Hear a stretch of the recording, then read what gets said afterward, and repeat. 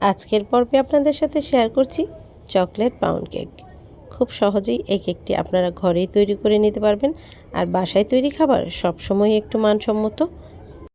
শুধুমাত্র মনোযোগ সহকারে ভিডিওটি ফলো করলেই আপনারাও এরকম একটি কেক বানিয়ে নিতে পারবেন। এই চকলেট কেকটি বানানোর জন্য আমি 240 গ্রামের কাপ দিয়ে মেপে 1 কাপ ময়দা নিয়েছিলাম। সেখান থেকে 1/4 কাপ ময়দা তুলে নিয়েছিলাম। তারপর সমপরিমাণ কোকো পাউডার দিয়েছিলাম, আর দিয়েছিলাম 1 চা চামচ বেকিং পাউডার, 1/2 চা চামচ বেকিং সোডা আর 1/4 চা চামচ লবণ দিলে কেকের টেস্টটা খুব ভালো আসে। এবার সবগুলো উপকরণ একটি চালনির সাহায্যে চেলে নিতে হবে। এরপর আমি অফ স্ক্রিনে এই উপকরণগুলোকে আরও 2 বার চেলে নিব। কেক বানানোর উপকরণগুলো 2-3 বার চেলে নিলে কেকের রেজাল্ট খুব ভালো আসে। এজন্য 2-3 বার চেলে নেওয়ার চেষ্টা করবেন। এবার সবগুলো উপকরণ মেশানো হয়ে গেলে আমি একটা সাইডে রেখে দিব। এখন আমি একটি 7 ইঞ্চির মোল্ড নিয়েছি আর তাতে তেল ব্রাশ করে দিচ্ছি।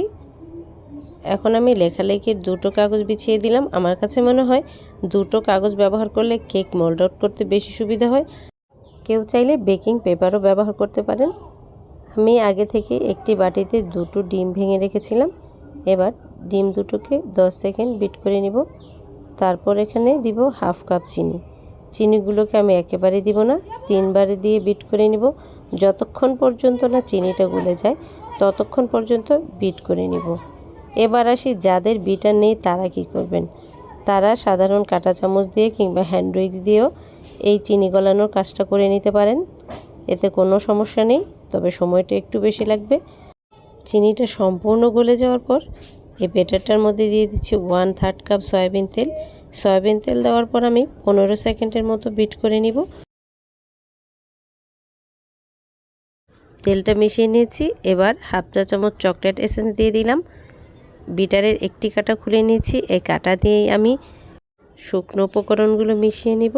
শুকনো উপকরণগুলো ব্যাটারের মধ্যে একবারে ঢেলে দিব না, 2-3 বারে অল্প অল্প করে ঢেলে দিতে হবে, তারপর মিশিয়ে নিতে হবে। ব্যাটারটা মোটামুটি মিশিয়ে নেওয়ার পর এখানে দিয়ে দিচ্ছি 1/2 কাপ পরিমাণ গরম দুধ। গরম দুধ ব্যবহারের ফলে কেকটা সবসময় নরম তুলতুলে থাকবে।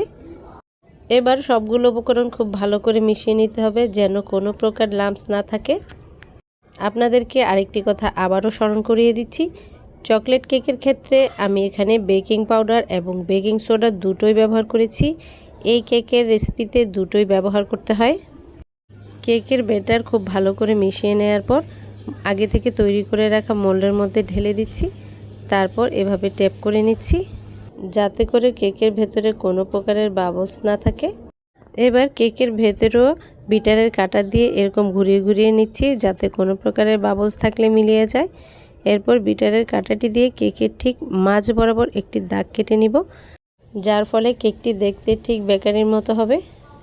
আমি কেকটিকে ওভেনে বেক করে নিয়েছি 30 মিনিটের জন্য 180 ডিগ্রিতে দিয়ে।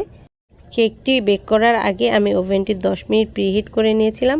আপনারা এই কাজটি চুলায়ও করতে পারেন। চুলায়ও 30 থেকে 35 মিনিট সময় লাগবে। এ সময় চুলার হিট মিডিয়াম লোতে করে দিয়ে আপনারাও ঠিক এরকমই একটি কেক বানিয়ে নিতে পারবেন। আজ এ পর্যন্তই। সবাই অনেক ভালো থাকবেন, আমার জন্য দোয়া করবেন। আল্লাহ হাফেজ।